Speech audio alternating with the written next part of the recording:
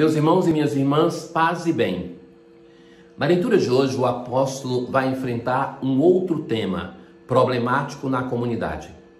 Aquele que faz com que alguns irmãos da comunidade entrem em um litígio contra outros irmãos da mesma comunidade e apelam aos tribunais civis para que o irmão seja condenado. É essa atitude que Paulo não suporta, porque ele vai dizer assim: olha, nós somos cristãos para que através do Cristo nós julguemos o mundo, e não para dizer ao mundo que julgue nossos problemas.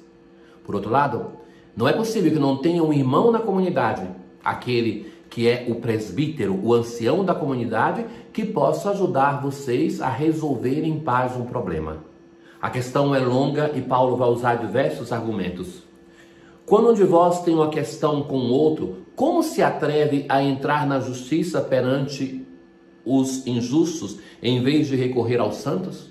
Como é que você se atreve a ir ao tribunal, aonde tem pessoas que julgam com a lei humana, que são injustos, ao invés de confiar nos irmãos da comunidade? Será que ignorais que os santos julgarão o mundo? Ou mais ainda, ignorais que julgaremos os anjos? Quanto mais coisas desta vida. No entanto, se tendes dessas questões a resolver, recorreis a juízes que a igreja não pode recomendar. Recorreis a juízes injustos, que, tantas vezes, ganham um salário imenso para administrar a justiça, que o próprio salário que ganham já é uma denúncia de injustiça contra a maioria da população que vive na indigência e na miséria. E a esse juízo nós buscamos. Digo isso para confusão vossa. E agora Paulo faz ainda algumas perguntas. Será, então, que aí entre vós não se encontra ninguém sensato e prudente que possa ser juiz entre os irmãos? Será que é preciso recorrer fora e pagar para fazer aquilo que poderia ser feito melhor e de graça dentro da comunidade? Veja que Paulo não está falando contra a justiça civil. Ele está denunciando os membros da comunidade por não confiarem em si e levar o outro ao sofrimento. Ao invés disso, irmão contra irmão vai a juízo, e isso perante infiéis. Aliás, já é uma grande falta haver processo entre nós. Aqui está o centro da questão. Já é um problema haver processos. Ora, quantas vezes eu escutei na minha vida entre pessoas de igreja, daqueles que jamais poderia se esperar isso, a facilidade com que tem a disposição para levar um outro ao tribunal, que nem sequer tem a coragem de ir conversar.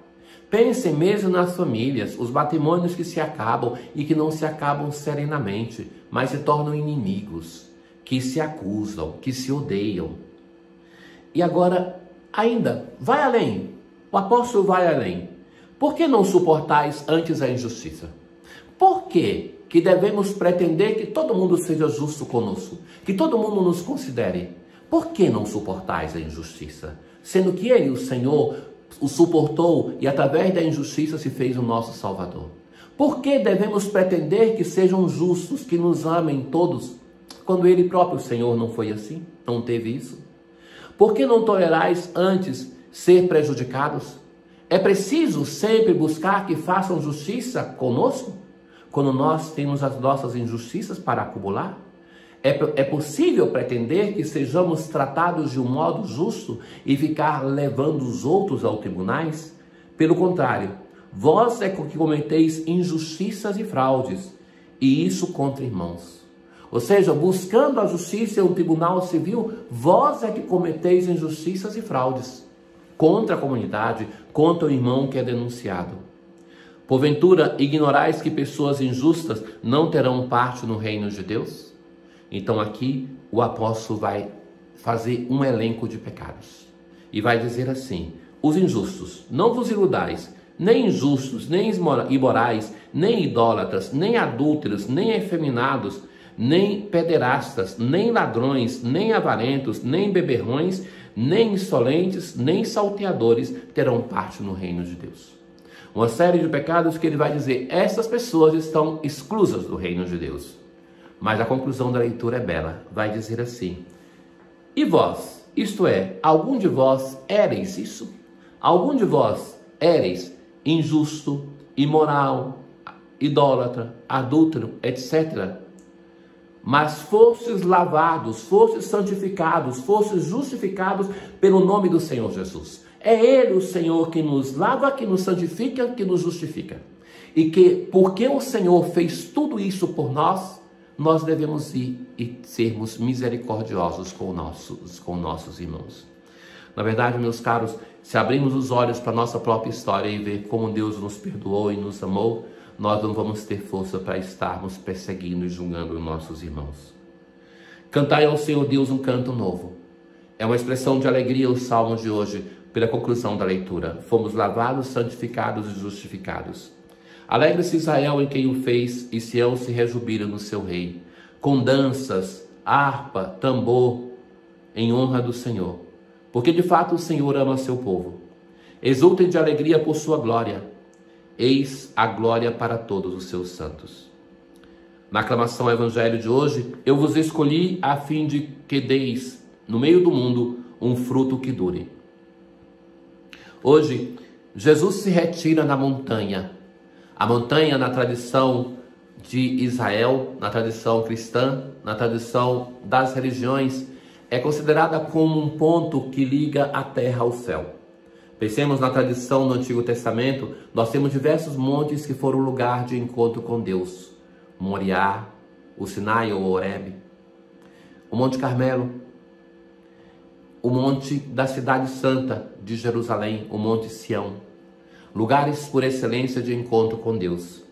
Jesus se retira para rezar. Jesus tem plena consciência da necessidade de um encontro pessoal com o Senhor, que refaz as suas energias depois das perseguições, por exemplo. Mas para ele não basta este encontro pessoal, é preciso então doar-se aos irmãos. Então, ao amanhecer, chamou os seus discípulos e escolheu 12 dentre eles, aos quais deu o nome de apóstolos. Esses são, por primeira vez, chamados de apóstolos. São enviados pelo Senhor para prolongar a mensagem de Jesus. Depois da sua ascensão, os apóstolos recebem a missão de continuar de modo mais eloquente, com a força do Espírito, com o sustento do Senhor que está junto do Pai, a missão de anunciar. Jesus vai descer a montanha. Faz o caminho inverso no Evangelho de São Lucas. Desce a montanha. Não sobe a montanha como em Lucas, mas desce para a planície. E ali estavam muitos dos seus discípulos e grande multidão. Vieram para ouvir Jesus e serem curados. Ouvir Jesus, a força da palavra de Jesus. E essa palavra tem o poder de curar. A palavra de Jesus faz, realiza, faz acontecer. Curados de suas doenças. E aqueles que estavam atormentados por espíritos maus também foram curados. A multidão toda procurava tocar em Jesus, porque uma força saía dele. Então, em Jesus, em diversos momentos nós no Evangelho vemos essa força que sai de Jesus, que basta tocar a sua veste, a borda do seu manto para ser curado. E ele percebe que essa força está saindo. É essa força, meus caros irmãos, que através da sua palavra tem a força de curar as nossas feridas, de curar a nossa dimensão da fé, curar o nosso espírito, o nosso corpo, a nossa mente, de nos dar de novo a serenidade para sermos discípulos de nosso Senhor Jesus Cristo.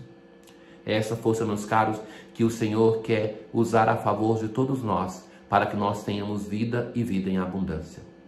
Mas é essa força que é usada não somente em nosso favor, mas que é usado para a comunidade eclesial, para a igreja, para o nosso Brasil, uma nação com tantas feridas, feridas que vão se demonstrando quando mais se aproxima o momento das eleições, mais se mostra a ganância que está acobertada em tantos corações, que no fundo, meus caros, seja os candidatos como os cabos eleitorais e os eleitores muitas vezes não buscam o bem da nação, mas o bem pessoal. Sejamos atentos.